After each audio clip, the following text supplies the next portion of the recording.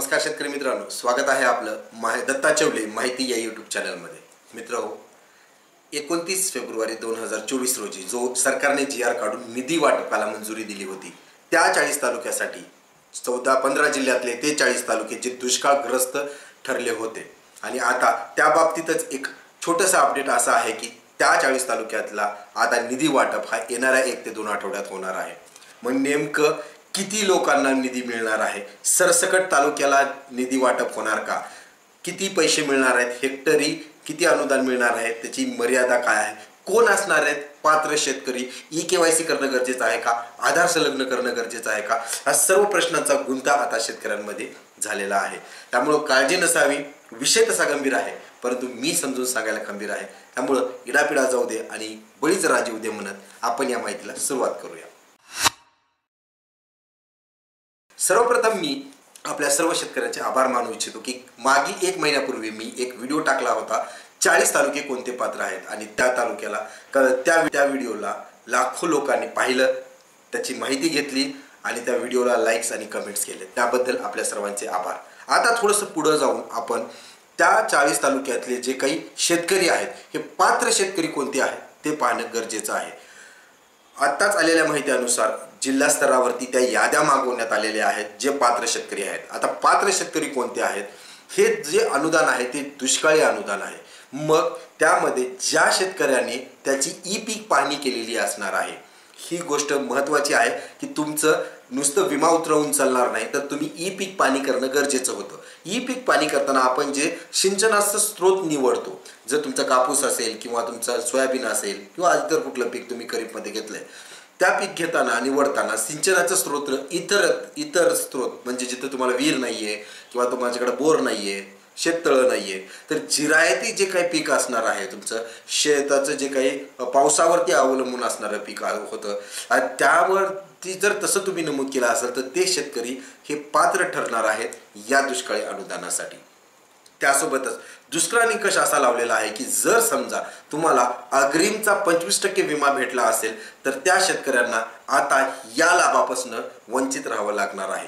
म्हणजे जे काही दुष्काळाचं अनुदान आहे किंवा अग्रिमचं अनुदान आहे किंवा आणखीन कुठलं अनुदान पुढे जाहीर होईल, तर एका शेतकऱ्याला एकच वेळेस पात्र करण्यात आलेलं आहे।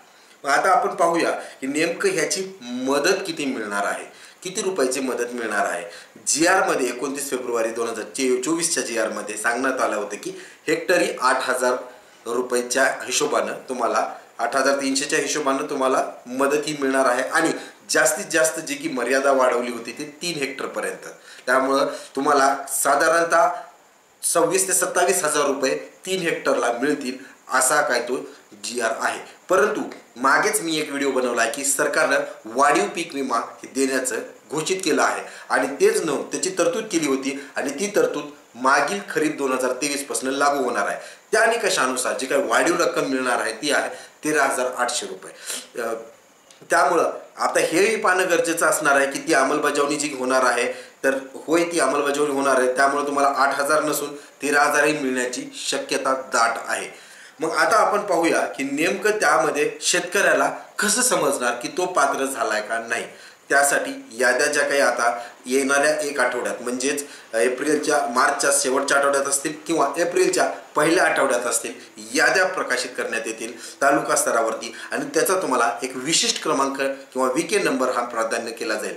तो VK क्रमांक तुम्हाला घेऊन CSC केंद्रावरती जायचं आहे। CSC केंद्रावरती गेल्यानंतर पूर्वी आपल्याला असं होतं की तुम्हाला अंगठाच लावणं गरजेचं होतं, किंवा जे काही अहवाल तुम्ही सादर केला होता, तालुका कृषीच्या माणसाने अहवाल सादर केला होता, त्यावेळेस त्यांच्याकडे उपलब्ध असलेले मोबाईल नंबर दिले होते, बऱ्याच वेळेस चुकीचे मोबाईल होते, चुकीचे बँक खाते दिले गेलेले होते, IFC कोडमध्ये चुकी झाली होती। तर ही सगळ्या गोष्टी टाळण्यासाठी KYC किंवा KYC केल्यानंतर आधार लिंक असलेल्या बँकवरतीच पैसे जाणार आहेत। त्यामुळं शेतकऱ्याची ही झंझट संपलेली आहे की नेमकं यादीत जे नाव आलेलं आहे त्यामध्ये जे अकाउंट नंबर आहे, IFC कोड आहे किंवा दिलेला मोबाईल नंबरची विसंगती जर असेल, मॅच जर होत नसेल, तर काळजी नसावी। तुम्हाला करायचं काय की सर्वप्रथम तुम्हाला करायच्या 2 गोष्टी। पहिले तर तुमच्या आधारला मोबाईल लिंक असणं गरजेचं आहे, दुसरी गोष्ट तुमच्या खात्याला आधार कार्ड लिंक गरजेचं आहे। आतापर्यंत जर तुम्ही PM किसानचे नियमित हप्ते मिळवत असाल तर दोन्ही गोष्टी तुमच्या सुरळीत आहेत असं आपण समजू शकतो। तुम्हाला तुमचा VK क्रमांक घेऊन CSC केंद्रावरती भेट द्यायची आहे किंवा सेतू सुविधा केंद्रावरती भेट द्यायची आहे, आणि तिथे गेल्यानंतर तुम्हाला तुमचा विकी क्रमांक देऊन OTP द्वारे तुम्ही EKYC करू शकता आणि आशा आहे की EKYC केल्यानंतर 1 आठवड्याच्या आतच ती रक्कम तुमची जमा होईल। बरं, आता आणखीन एक गंभीर प्रश्न आहे की आचारसंहिता लागू झालेली आहे आणि आचारसंहितेमध्ये ही वाटप होणार का?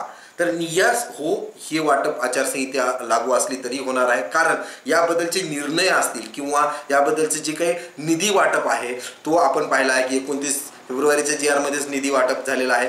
निर्णय अगोदरच घेतलेले आहेत, आता फक्त त्या निर्णयाची अंमलबजावणी होणार आहे। त्यामुळं पैसे वाटप हे नक्कीच आचारसंहिता किंवा येणाऱ्या महिन्यात होतील, त्यामुळं इलेक्शन्स हे यासाठी बंधनकारक नाही आहेत। आणखीन जर का कुणाला माहिती पाहिजे असेल की नेमकं ते 40 तालुके कोणते आहेत, की कुठल्या तालुक्यामध्ये कुठल्या जिल्ह्यामध्ये किती तालुके आहेत, तर आपण यादी ही 1 मिनिटात पाहूया। त्यासाठी सर्वप्रथम मी तुम्हाला थोडक्यात आपल्या स्क्रीनवरती घेऊन जातो। हे खरीप 2023 हंगाममधील दुष्काळग्रस्त तालुक्याची यादी आहे। यामध्ये 2 प्रकार आहेत त्याचे, गंभीर स्वरूपाचा दुष्काळ एक आहे आणि एक आहे तो मध्यम स्वरूपाचा दुष्काळ आहे। तर सर्वप्रथम आपण पाहूया, पहिला जिल्हा आहे नंदुरबार। नंदुरबारमध्ये केवळ एकच तालुका आहे जो की दुष्काळग्रस्त आहे, तो म्हणजे नंदुरबार। धुळ्यामध्ये आहे मध्यम स्वरूपाचा सिंदखेडा। त्यानंतर जळगावमध्ये 40 गाव आहे जो की गंभीर स्वरूपाचा आहे। बुलढाण्यामध्ये 2 तालुके येतात, बुलढाणा आणि लोणार, त्यामध्ये पण मध्यम स्वरूपाचा दुष्काळ आहे। जालन्यामध्ये सर्वाधिक म्हणजे 5 तालुके आहेत, भोकरदन, जालना, बदनापूर, अंबड आणि मंठा, ते बिन गंभीर स्वरूपाच्या दुष्काळात आहेत। त्यानंतर छत्रपती संभाजीनगरमध्ये गंभीर स्वरूपाचा दुष्काळ 2 तालुक्यात आहे, छत्रपती संभाजीनगर आणि सोयगाव। नाशिकमध्ये 3 तालुके आहेत, गंभीर स्वरूपाचा दुष्काळ, मालेगाव, सिन्नर, येवला। त्यानंतर पुणे आहे, पुणेमध्ये पुरंदर, सासवड, बारामती। त्यासोबतच मध्यममध्ये शिरूर, दौंड आणि इंदापूर हेही तालुके समाविष्ट केले आहेत, म्हणजे पुण्यामध्ये 4 तालुके आहेत। बीडमध्ये 3 तालुके आहेत जे की गंभीर स्वरूपाच्या दुष्काळामध्ये आहेत, वडवणी, धारूर आणि अंबेजोगाई। लातूरमध्ये केवळ 1 तालुका आहे, रेणापूर, जे की गंभीर स्वरूपाच्या दुष्काळात आहे। धाराशिवमध्ये पाहिलं तर धाराशिवमध्ये 3 तालुके आहेत, वाशी, धाराशिव, लोहारा। सोलापूरमध्ये पाहिलं तर 3 तालुके आहेत, बार्शी, माळशिरस, सांगोला आणि करमाळा आणि माढा।